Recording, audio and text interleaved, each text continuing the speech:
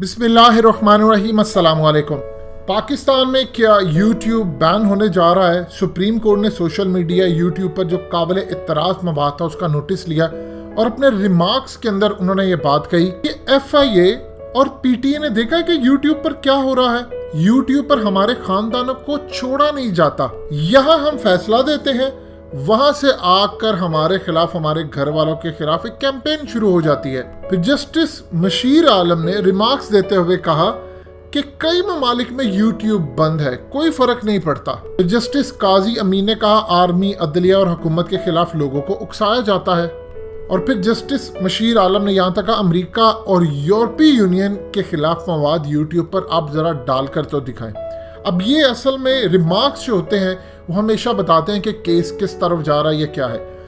अभी जब तक वर्डिक्ट नहीं आता, एक चीज़ आप समझ लें, पाकिस्तान के अंदर पाकिस्तान के इदारों ने फैसला ये किया है कि पाकिस्तान को 1980 की दहाई में वापस पहुंचाने का, या 1950 की दहाई में। देखिए, एक चीज़ रुकनी चाहिए, चाहे कोई भी जज हो या आम इंसान हो, किसी की फैमिली या किसी के खिलाफ कोई भी काम हो रहा हो, उसको डेफिनेटली बात है आपका इदारे स्ट्रांग हो ताकि वो काम ना कर सके। कोई जज है, अगर मिसाल के तौर पर उसकी फैमिली के खिलाफ काम हो तो आपके इदारों को एक्टिव करना चाहिए। लेकिन क्या ये सोल्यूशन है कि आप यूट्यूब को बैन करें? आप एक लाइब्रेरी के अंदर जाएं और उस लाइब्रेरी में चंद किताबें ऑब्जेक्शनेबल हों, तो क्या आप पूरी लाइब्रेरी को जला देंगे? ये सोल्यूशन नहीं है। अगर अदालतों के अंदर कोई भी जज, अगर चंद जज जो है वो गलत फैसला दे, जिस तरह जस्टिस क्यूम की ऑडियो आई थी शहबाज शरीफ के साथ, जिसके अंदर वो एक फैसला देने का कह रहे, तो क्या हम पूरी की पूरी अदालतें बंद कर दें? ऐसा नहीं होता। असल सारी जिम्मेदारी आयद होती है किसी भी हुकूमत वक्त पर। उन्होंने वो इदारे ही नहीं बनाए थे। अब आप ये देखें कि पाकिस्तान में अगर यूट्यूब की बात करते हैं, हम ऑलरेडी बहुत ज़्यादा पीछे हैं दुनिया से। अब यहाँ से अंदाजा कर ले, पहले पाकिस्तान में यूट्यूब बैन हुई, उसकी वजह से कई बड़ी जो ITs कंपनी थी उन्होंने पाकिस्तान में आने से मना कर दिया। उन्होंने नहीं कहा। आज पाकिस्तान में पेपाल नहीं है, पाकिस्तानी अपना बिजनेस नहीं कर सकते, बड़े लेवल पर पेमेंट रिसीव और भेज नहीं सकते। आज आप देख ले, कोरोना की वजह से जो पूरी दुनिया के अंदर एक बीमारी है और उसके बाद जो सूरत हाल हुई, IT इंडस्ट्री में सिर्फ 10 से 12 लोगों ने $600 अरब कमा लिया।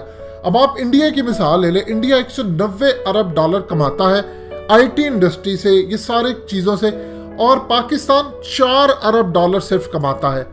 अभी हाल ही के अंदर इंडिया में गूगल ने ऐलान किया कि वो $10 अरब इन्वेस्ट करने जा रहा है। फिर उसके बाद मुकेश अंबानी के साथ बैठकर उन्होंने ऐलान किया कि वो अब लोकल मोबाइल फोन बनाने जा रहे हैं। इस तमाम सूरत हाल में जिम्मेदारी होती है इदारों की। देखिए, आपके इदारों के इतना स्ट्रांग होना चाहिए। सबसे पहले काम क्या होता है कि आप यूट्यूब वालों से बात करें, ये हुकूमत की जिम्मेदारी है। उनके ऑफिसेस यहाँ पर खोले, उनको अश्योरिटी दें कि देखिए ऐसा कुछ नहीं होगा कि आप यहाँ पर कंपनीज इन्वेस्टमेंट खोलेंगे, कल को कोई भी कोर्ट चला जाए, कोई ऑर्डर आ जाए तो आपके हम यहाँ पर बैन नहीं होने देंगे। उनको कहें कि यहाँ पर अगर कोई मवाद आता है, यहाँ कुछ भी ऐसी सूरत हाल होती है तो हम आपको रिक्वेस्ट करेंगे। यहाँ पे ऑफिसेज उनके होंगे जिस तरह इंडिया में है। आप ये देखें, पाकिस्तान के अंदर कश्मीर पर आवाज़ उठाई जाती है, यूनाइटेड नेशन कहता है कि कश्मीर इंडिया का हिस्सा नहीं है, ना वो पाकिस्तान का, वो कहते हैं डिस्प्यूटेड टेरिटरी है। लेकिन जब आप सोशल मीडिया पर कश्मीर के लिए कुछ करते हैं तो क्या बात है, यूट्यूब से भी हट जाता है, या आप ट्विटर पर जाते हैं वहाँ से भी हट जाता है, फेसबुक से भी हट जाता है, क्योंकि इंडिया ने वहाँ पर ऑफिसेज खोले, उनके लोग बैठे हैं, वहाँ पर कुछ भी ऐसा कंटेंट रिपोर्ट होता है तो फौरी पहले हटा दिया जाता है। हुकूमत ने ना यूट्यूब से बात की, ना पेपाल से बात की, ना ट्विटर से बात की। उनको कहें हमारे ऑफिसेज यहाँ पर आप आए और खोलें, आपकी इन्वेस्टमेंट को सिक्योर किया जाएगा, और उसके बाद कोई प्रॉब्लम यहाँ पर होगी तो कोई कंटेंट या इंफरादी या किसी को मसला, वो उनसे रब्ता करे और हटाए। जिस तरह आप समझ लीजिए एक अदालती सिस्टम है, यूट्यूब या फेसबुक, इनके सिस्टम तो बड़े तेज होते हैं, ये बड़ी रैपिडली आपको रिस्पॉन्स देते हैं। लेकिन उसके बाद आप कहना, देखिए पाकिस्तान के अंदर आप अगर देखेंगे तो 99.99% जितना मवाद है, लोग यहाँ से कुकिंग सीखते हैं, लोग यहाँ से अपने बच्चों के इंटरटेनमेंट, यानी लोग पॉइंट्स बच्चों को लगा कर देते हैं, स्टोरीज देते हैं, वो खुद बिजी होते हैं। अब इस सूरत हाल के अंदर जब ये लॉकडाउन चलता रहा, ना आप बाहर जा सकते हैं, ना कहीं आप आ जा सकते हैं। आपका जो मीडिया है, टीवी चैनल्स हैं, वो इतने घटिया हो चुके हैं कि लोग उनको देखना नहीं चाहते। उनके पास यूट्यूब है, अपनी मर्जी का वो देखते हैं मवाद। बहुत सारे फ्रीलांसर्स यहाँ पर काम करते हैं, सोर्स ऑफ इनकम जनरेट किया जाता है, उसके अलावा आप बहुत सारी चीज़ें यहाँ से सीखते हैं। लोगों ने यूट्यूब चैनल्स बनाए हैं, मार्केटिंग करते हैं, काम करते हैं। अगर यहाँ पर कोई ऐसी सूरत हाल पेश आती है तो क्या आप पूरे का पूरा सारे का सारा सिस्टम लपेट देंगे और लोगों को 1980 की दहाई में ले जाएंगे, जहाँ पर फिर ऐसी थ्योरी सामने आएंगी कि जब सनत जयसूर्या ने सेंचुरी की 48 गेंदों पर, तो पूरे पाकिस्तान में ये बात फैला दी गई कि उसके बैट में एक स्प्रिंग था। यानी जब आप टेक्नोलॉजी से दूर होते हैं तो जहालत आपके पास आती है। फिर जब शाहिद अफरीदी ने 23 तरीन सेंचुरी की तो दुनिया को रियलाइज हुआ कि नहीं, असल में ऐसा हो सकता है। वरना टेक्नोलॉजी से जब आप दूर होते हैं, आप कोई भी चीज़ जाते हैं, गूगल पर सर्च कर लेते हैं। आज आप YouTube को बैन करेंगे तो इसका मतलब आपने गूगल को बैन किया है, क्योंकि उसी की कंपनी है। इसका मतलब है कि कोई भी आपके यहाँ पर इन्वेस्टमेंट करने को तैयार नहीं होगा। अमेरिका के एम्बेसडर जो पाकिस्तान में है, उन्होंने कहा मैं हुकूमत को कहता हूं कि आप ये जो ज़राई और दूसरी एग्रीकल्चर के ऊपर फोकस करें, उसके बजाय IT के अंदर आए। अगर इंडिया 190 अरब डॉलर कमाता है, आप अंदाजा कर लें हमारी कुल मिलाकर 110 अरब डॉलर के करीब तो पूरे पाकिस्तान का कर्जा है। आप IT में पीछे हैं, हर चीज में पीछे हैं, आप बड़ी कंपनी से बातचीत नहीं करें। ये काम करना और चाहिए था PTA और FIA के इदारों को कि स्ट्रॉन्ग आर्गुमेंट्स देते जजों के सामने। अगर उनको नहीं पता तो आप आर्गुमेंट्स देके उनको सेटिस्फाई करें। लेकिन चूंकि इदारों के अंदर बैठे ही लोग ऐसे होंगे जिनको खुद नहीं कुछ पता। आज आप चले जाए FIA के पास या PTA के पास, उनको पता ही नहीं है IT इंडस्ट्री के अंदर हो क्या रहा है। उनके पास ऐसे कोई सोर्सेज नहीं है वो किसी चीज को बंद कर सके, किसी से कांटेक्ट कर सके।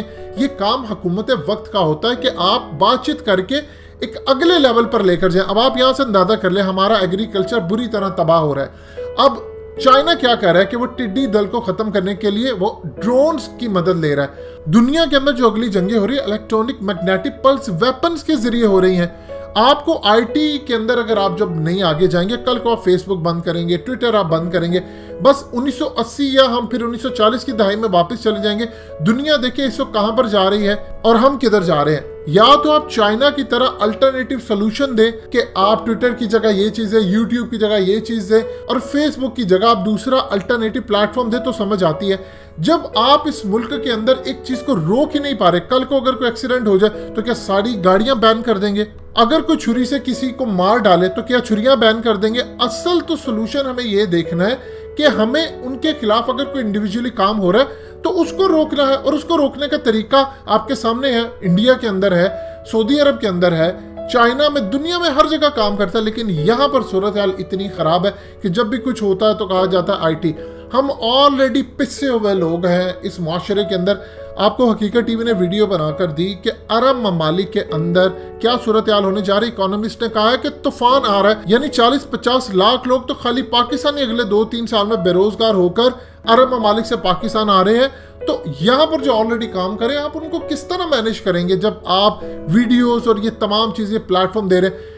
एक शख्स, आम कोई शख्स आप अगर उसको उठा ले, वो मोबाइल फोन अपना, उसका बैलेंस, LED, लैपटॉप, गाड़ी में पेट्रोल डलवाना, हर एक चीज पर इनडायरेक्ट टैक्स पे करता है। यानी रेस्टोरेंट में भी चला जाए तो 16% टैक्स पे करता है। फिर उसके बाद उसकी फैसिलिटी उसको ये मिलती है कि उसकी स्ट्रीट के अंदर अगर कोई लाइट भी है वो भी रात को नहीं जल रही, उसको अपनी गाड़ी की या बाइक की लाइट इस्तेमाल करना पड़ती है। तो ये फैसिलिटीज है।